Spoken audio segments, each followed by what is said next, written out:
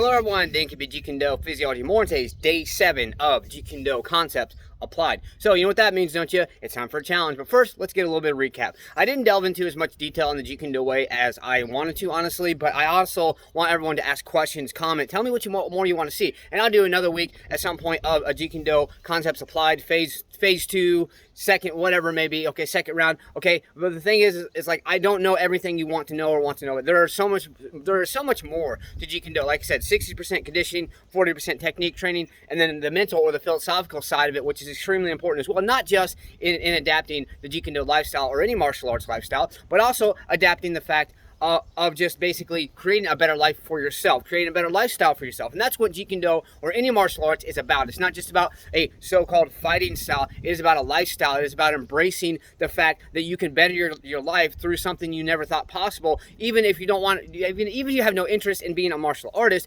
that is what it's all about, is adapting that lifestyle, you know, regardless of thinking, oh, I have to be a martial artist to do this. No, you don't. You don't have to. I honestly, even though I am a martial artist and I've been doing this for several years, when I first started out, you know, I wasn't sure if I wanted to do martial arts or competitive running, because I started getting into some competitive running way back in 2003 after my first couple rounds of college, which were actually fails, to be honest with you. But the thing about it is that you got to embrace the fact that okay, so I guess the best way to explain this is, a lot of times, and I found this in my own experience, a lot of times the people who you think may not be able to help you in life. So let's say it's, for instance, it's somebody who they know nothing about your craft. You know, you're very proficient in your craft. This person knows nothing about your craft, maybe just a little bit, but possibly nothing.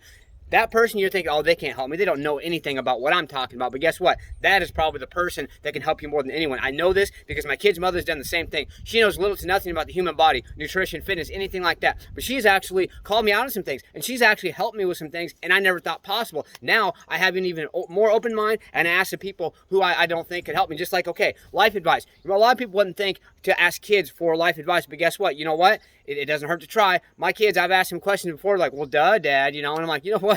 Thanks. You just blew my mind. You made me kind of feel duh. But the thing about it is that we got to embrace the fact that we need to keep an open mind in everything in life. It doesn't matter what it is. It doesn't matter if you think you know everything about what you're talking about. You don't. I have one saying that I actually tell a lot of people, is that no one will know everything about anything. That is my quote. No one will know everything about anything. You can study one thing your entire life, from when you're 5 to 105, and you will never ever know anything and everything. You never know everything about that one thing, because things are changing so much, especially in the martial arts, the fitness, nutrition world, the science world, the psychology and things like that. Everything is changing so rapidly, especially nowadays. You cannot know anything and everything about that specific thing. And that's today's message, is keep an open mind with everything in life. Okay, so now it's time for the challenge. I want you to do 3 things today. 3 things today to adapt a lifestyle. I'm not saying you have to. I'm not going to force you, because everyone has a choice, but I'm going to strongly encourage you to adapt the Jeet Kune lifestyle or some type of martial arts lifestyle to better yourself, because it's calming of the mind. There's also meditation, so many things with it. But number 1, I want you to adapt some type of mentality, whether it's you start doing more meditation, whether it's you study philosophy, or whatever it may be. Okay, so that's one thing. I want you to adapt the mentality to create a mindset to create a mindset to better your life in a mental way. Okay, then what I want you to do is I want you to do the physical side of it. I want you to get up every morning 5 to 15 minutes and challenge yourself. You know, even if you're not interested in doing push-ups or things like that. Okay, so if you don't want to do push-ups, fine. Squats into punches. It's something easy you can do. You can do it slow to start out, get your technique, and then you can go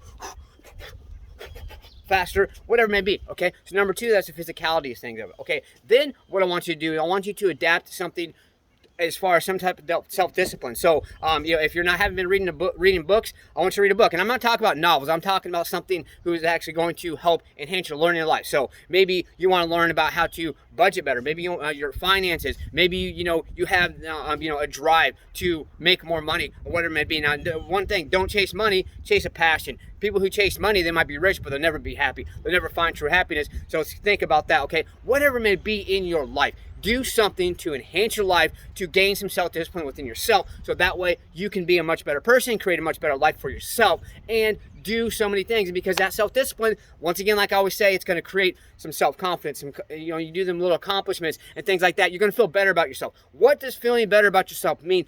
that means you're building a sense of confidence based on the accomplishment or whatever it is you achieve. So how is it not going to help you? What's it going to hurt? Might as well just jump in, dive in, and give it a shot. So let's get out there, stay motivated, believe in yourself, believe you can do it, and believe that you deserve it. Let's get out there. Let's go. Smash, punch, kick that like button. Just don't break it. Let's get out there and do something. Let's go.